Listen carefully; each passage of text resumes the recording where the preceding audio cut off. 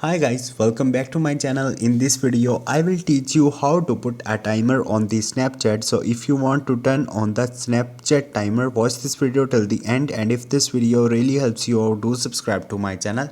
So let's start the video. First of all, you have to open your Snapchat and log into your account.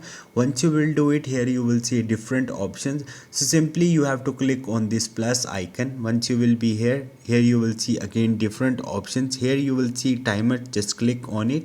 Now you can set timer according to your choice, like 1 second, 2, 3, and you can set up to 10 seconds. So let's suppose I set up a timer for the 10 seconds.